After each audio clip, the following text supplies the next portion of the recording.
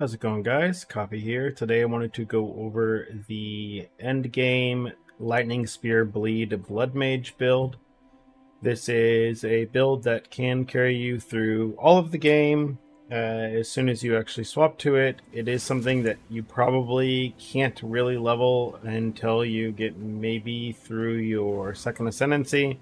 So for those that are planning on playing this, I would recommend just leveling with a different Blood Mage build, most likely Essence Strength Contagion, and then you transition into this once you get further along into maps. I will be doing a test run here shortly to see if we can actually swap to this earlier in our progression, since you do only need 2 Ascendancy skill points in order to get started on it, but the damage might be worse than Essence Strength Contagion just because Essence Drain is so good early on. So let's go ahead and jump right into the build. So the core of the build itself is built around the Blood Barbs Ascendancy point here. This does allow your elemental damage to contribute to bleeding magnitude. Basically, which allows you to use elemental skills such as Lightning Spear in order to land very large bleeds on your enemy. You also get amazing defenses here with Grasping Wounds, allowing you to delay the 25% of the damage from hits to lose it over 4 seconds instead. And then we have Crimson Power, which gives us 100% of the item energy shield on equipped body armor as life. So as you can see here with the 795 ES chest, that is giving me 795 life. So we are also getting a huge amount of defense from the life remnants here, which are each giving us 374 life. Right now, when we get to level 90, then this will go up to over 400 per life remnant. And then what this does is it allows us to, again, have amazing sustain. It allows us to overflow our life to 150% of our life total, so that does put our life total over 4k, along with our 1k energy shield. And then we have Sanguine Tides as well, which is just giving us some extra damage. This will be the last skill points that you end up getting on the Ascendancy tree. So the core of the build itself is we are using Tangle Tongue. We are mainly using this for the lucky crit chance here, with critical chance rolled twice here with their bifurcated. And what this means is that we are using this to stack nodes for increasing magnitude of damaging elements we inflict with critical hits. And then by having this on all of our pieces of gear here, or on all of our jewels, and everywhere we possibly can on the tree, this means that because we are critting at nearly 100% chance, this does allow us to have really, really large bleeds, as well as just really solid damage. If you are trying to actually maximize and hit the largest bleed you can possibly hit on a target, that's where we have Rake in here in the build. We do run this here with Deep Cuts, Concoct, Ambrosia, Momentum, and Conk Effect. And what that means is basically what you want to do is you will end up using Disengage on the enemy in order to create distance for your Rake, because it gets more damage if it based off of traveling further. And then this is also going to drop a Shocked Ground underneath the target, and then you will use Infernal Cry in order to get a empowered attack for your next strike. And then you use that, and then you just follow up with a Rake in order to basically pounce back onto the target in order to get a really, really large bleed. For the most part, you will always end up riding on your Roa though, and you will just be mapping and you will be doing bosses by just being on your Roa. And because of the extra movement speed that you're getting from this, it's unlikely that anything will actually end up taking you off the Roa before you end up killing it. We'll go ahead and showcase this here, but for the most part, Rake and Bloodhunt are pretty much backups here. With Bloodhunt, this will, as soon as you see a target with basically 50% blood loss, and they're less than 50% life, you can basically jump off of your row mount and you can right click or whatever you put Bloodhunt on and use that to basically finish off the enemy. It's unlikely. Again, I don't typically even do that just because I don't like to dismount if I don't have to, but Blood Hunt is always there if you need it. We are also able to benefit from elemental conflux because we are actually dealing elemental damage of all 3 types.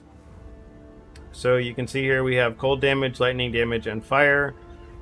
We do have a bit more fire than anything else right now because of things like Guiding Palm of the Heart. You can basically get whichever Guiding Palm you want. It doesn't matter, Guiding Palm of the Tempest or the Guiding Palm of the Heart, either the fire one, the lightning one, or the cold one. They're all going to be fine. It doesn't matter, just basically purchase whichever one you want, or whichever one you're trying to get damage for. Just whichever one's cheaper. I do know that the fire one is a bit cheaper than the other 2 right now, but it doesn't really matter which one you get. So by being balanced, it does mean that you never have any downtime with elemental conflux, and then it does mean at some point you can actually potentially try to work yourself towards maybe using Trinity early on, but that's going to be like an extra caveat. You'd have to have Spirit on your chest and Spirit on your necklace as well in order to do that. For the rest of the gearing here, we are pretty much just getting critical hit chance, rarity, and then we are looking for as much flat damage as we can possibly get. So we want our flat damage on our ring here with Ingenuity. So you can see here I have a really big ring. The quality isn't quite done on it yet, but we're just looking for as much flat damage as we can possibly get while still hitting our res. Same with our gloves. We just want triple flat damage. It doesn't matter whether this is, again, fire or lightning or cold or physical. It doesn't, just basically get the highest total amounts you could possibly get. And then we do want a really good Ingenuity. If we can get one that is 30-30, that's going to be best. Or obviously a corrupted one, that's even better. And then for our boots, the same thing. We're just getting res and life.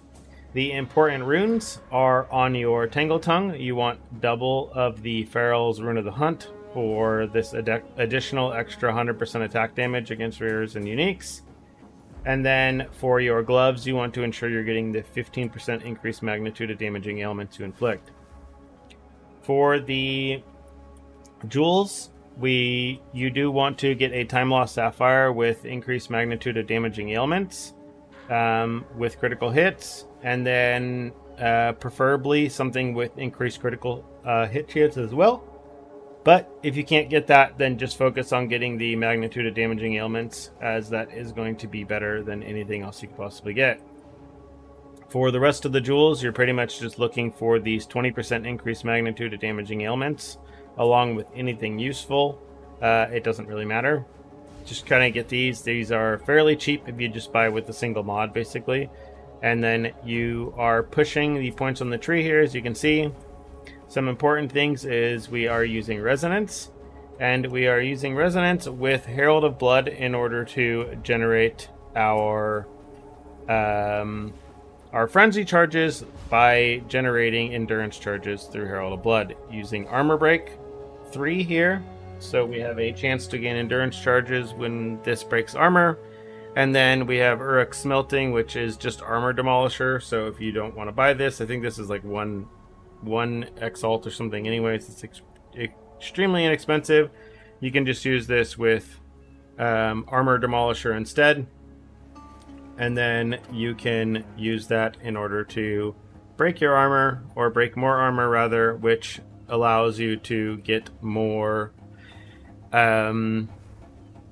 frenzy charges out of this. We are using this with Pinpoint Critical as well, just for that extra crit chance on the explosion. And then we have it with Blind as well, which does just give a little bit of extra defenses. It's not really the biggest deal in the world. For our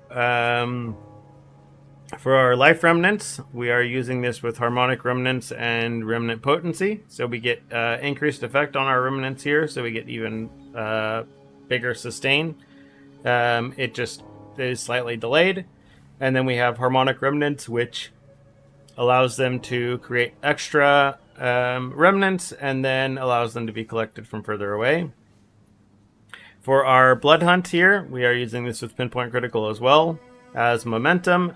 Ironheart's Beastrite, I don't know if this is bugged or if it's just not working specifically with Blood Hunt. I couldn't get this to work. We're going to have to look into it. If there's some special interaction with Blood Hunt that's preventing it from working, I'm not really sure, but I did end up putting in a bug request, so we're going to have to find out for that later. Because Rake is basically something you're pretty much using as a single hit just to get the largest bleed on a target before you go back to using your Lightning Spear, we are using this with Concoct and Ambrosia, which is using some of your charges in order to get that large damage boost with Momentum and Conk effect as well with Deep Cuts. So you pretty much won't really end up needing to use this. So if you are just getting started on the build, don't worry about trying to get this up to a 6 length very early. It's not that important. The one you do want to be focusing on is going to be your Lightning Spear. So we have Elemental Conflicts here. I'm running this with Compressed Duration, which does just allow it to cycle more quickly. You can run this with longer duration instead or with none. It doesn't really matter. This is basically if you want to lower the variance. So say if you have really high damage for just fire and lightning, you can run this with Compressed Duration to basically get it to cycle faster out of cold conflux if you don't have much of any cold damage at all. But it does, again, it just lowers the variance of how quickly the damage is there, and then you can just use it with any +1 here. +1 fire, cold, or lightning, it doesn't matter because it has all three. For Herald of Blood, we already went over this. For Lightning Spear, the order on the gems that you want to be running here is you do need this with Bleed, and then you do need this with Deep Cuts, and Elemental Armament will be your first 3 here. And then you can add, the last 2 are basically a flex at this point. I run with Pinpoint Critical and Rapid Attacks just because it feels better for actual mapping itself. You can run this with Rigworld's Ferocity if you want to run it in Weapon Set 2 to have even more damage. Along here, along with Longshot, if you want to just focus on basically getting one really, really large hit with your Lightning Spear. From distance, you can do that. These 2 slots are kind of a flex, but the ones that I felt the best for me when I'm actually mapping is Rapid Attacks and Pinpoint Critical. For your Infernal Cry, you want to be running this with Raging Cry, Enraged Warcry, and Second Wind. This gives you a couple chances at, or a couple charges of Warcry, along with allowing you to use Rage to bypass the cooldown, which means that the rage that you are generating from Raging Cry allows you to use Infernal Cry a second time, again, right away if you need to. Then we have Disengage here with Shocking Leap, Pinpoint Critical, and Overcharge. With Disengage, we are able to create a Shocked Ground that does have a 35% shock on it due to the Disengage itself here. We are using this with Pinpoint Critical to ensure that we are critically hitting so that we are guaranteed that we are creating this shocked ground. And then what this is doing is, again, is giving us that big extra damage if we really, really need it. The Time of Need here is optional. This is mainly just something that you end up putting on when you have extra spirit and you are tired of Temp Chains maps. This will give you a little bit of defenses here towards ensuring that you can clear curses while in maps. And then we are running this with a little bit of quality of life with Warm-Blooded and with Precision. As soon as I got more spirit, you can run, instead of Time of Need, you can run this with Herald of Thunder or something else if you'd prefer. But I found Time of Need to be the most helpful. The big ones here are with Row Amount. We are just running this with Loyalty, Brutus Brain, and Blind. Whether or not Loyalty is supposed to be working with Brutus Brain, I'm not really sure. I'm not really sure how much this actually even works since we're typically on our mount anyways, but it does help. It does appear to help at least a little bit. So Brutus Brain allows your Row Amount to ensure that it can't die. So no matter what, you will always be able to get back on your row mount. I have blind on here as well. So whether or not this actually even works is the same thing. He might still be able to hit, even though he can't deal damage. He's probably still hitting for 0 damage, which allows them to blind just for an extra little boost. Brutus Brain, again, it's a nice quality of life, but if you can't afford it, then don't worry about it. Last thing, we can go over the pathing for the tree. Pretty much you want to be grabbing all of your critical hit chance stuff first here, and then you're pathing over into your ailments here and your magnitude of ailments as quickly as you can, and then you are just again picking up all the rest of the crit damage and then base attack damage, things like that. For acceleration, this is definitely quality of life. It's not actually increasing your damage very much, obviously, because it's not increasing the damage of your bleed, but it is big quality of life. Same with this critical damage here with preemptive strike. This does help a ton with your clear, so you want to go ahead and go through things that way. Let's go ahead and jump into a map here. I just have a random T15 that I pulled out, and we'll kind of showcase what this looks like here in a mapping experience, and we'll just keep it with something without a bunch of things in there, just to keep this shorter than it needs to be because the video is already getting a little long. So as you can see, basically you just hop on your row mount, and for the most part you don't really need to do anything else other than stand on your roa, and you're just going to be firing off your lightning spears. Most things are going to die. You don't really have to worry about getting knocked off your roa for the most part. Even if you do, you have so much defenses that you pretty much will end up surviving, even if you end up getting stunned off of your roa, unless you happen to just really be in the middle of like 20 enemies. But there are plenty of times where I will get knocked off and still survive without any issues, so it's not really something that's been an issue for me. As you can see, the lightning spears themselves are just kind of clearing most of the things from range for us. We don't really have to focus or pay attention really at all. We can kind of just throw these out in a direction and it's going to be fine. The rake setup here, again, if you really need it, you can use it, but for the most part, you don't really need to. And then same with, we have our blood hunt here, which you pretty much will only end up really using this on bosses because it just typically doesn't really make sense otherwise. But if you see here, when things actually start to get low, what I can do is I can actually blood hunt to them. Let me see if I can try to find something that's going to survive long enough for me to show you.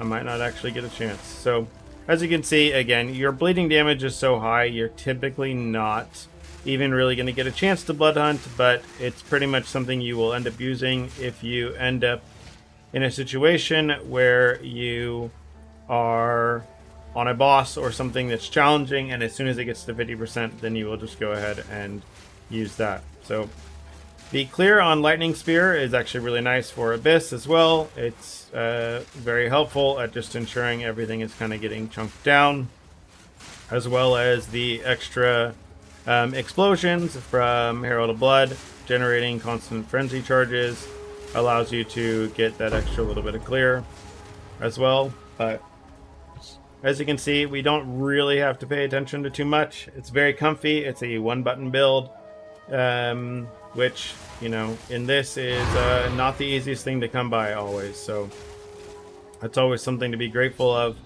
And coming from leveling this originally on the Fireball build, where I felt like I was playing the piano and my hands kind of hurt after I finished leveling with it, I was happy to go to something that was a bit more comfy and allowed us to just move around a little bit without having to worry about things as much. Oh, there is a boss around somewhere that I missed. I was too busy talking and not paying enough attention to the actual layout of the map we're doing here.